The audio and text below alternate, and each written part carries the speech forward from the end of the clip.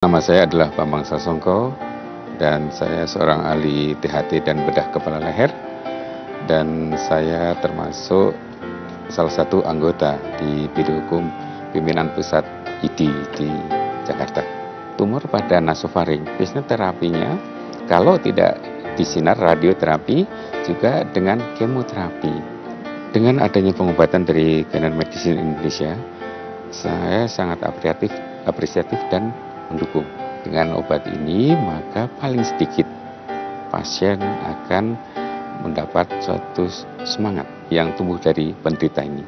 Karena dengan semangat yang tinggi ini paling sedikit dia bisa memperlama kesempatan hidup pada penderita ini.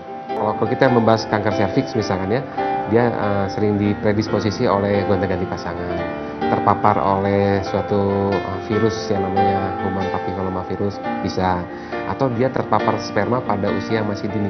Yang namanya suatu tindakan pembedahan atau tindakan kemoterapi itu ada suatu tindakan yang berisiko buat pasien. Dengan sistem pengobatan yang tanpa adanya tindakan operasi atau tanpa adanya tindakan kemoradiasi atau kemoterapi, sebetulnya sangat berguna untuk pasien dengan keganasan. Saya sangat mendukung sebetulnya karena ya bagus untuk perkembangan pasien.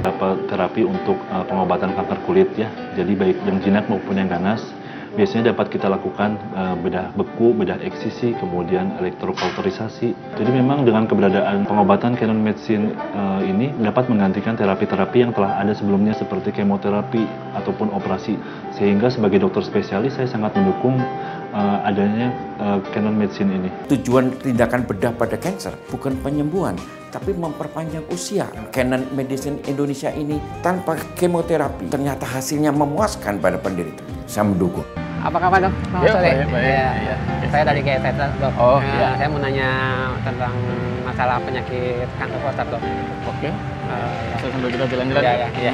Kanker prostat itu biasanya mencakup apa aja dok biasanya? Oh iya, jadi begini, untuk kanker prostat sendiri itu sebetulnya penyakit keganasan pada pria yang biasanya mulai banyak pada dekade 5, jadi sekitar umur 50-an. Dok, biasanya prostat itu disebabkan karena apa dok? Untuk kanker prostat sendiri penyebabnya ada berbagai teori, jadi nutrisi misalkan ya, jadi diet yang tinggi lemak hewani merupakan salah satu penyebab.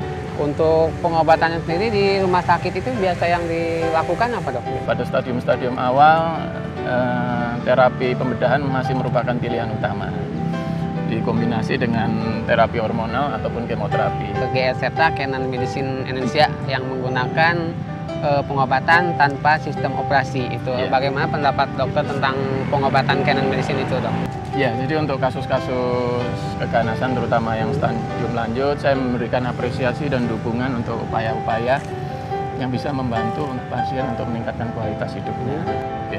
Terima kasih dok ya. Terima kasih sama-sama. Yang sering ditangani oleh bidang penyakit dalam adalah kanker paru-paru. Pengobatan pada kanker ada bermacam-macam, di samping dengan operasi, kemudian juga dapat dengan obat-obatan atau kemoterapi. Di samping itu juga dapat dilakukan penyinaran atau yang secara medis kita kenal dengan radioterapi.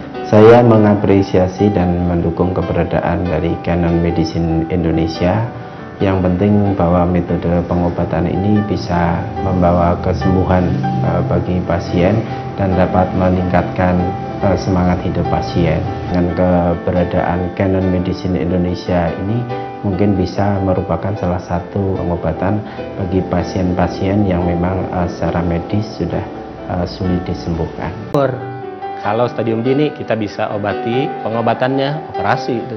Yang diikuti oleh kemoterapi itu menjadi modal pengobatan pada kanker ovarium. Kalau Canon Medicine Indonesia mampu untuk memberikan pengobatan pada kanker stadium lanjut yang tidak bisa dioperasi, tidak bisa kemoterapi, tidak bisa dilakukan radiasi, tidak menyebabkan efek samping terhadap pembentukan sel darah, terhadap ginjal, terhadap fungsi hati, saya akan dan sangat mengapresiasi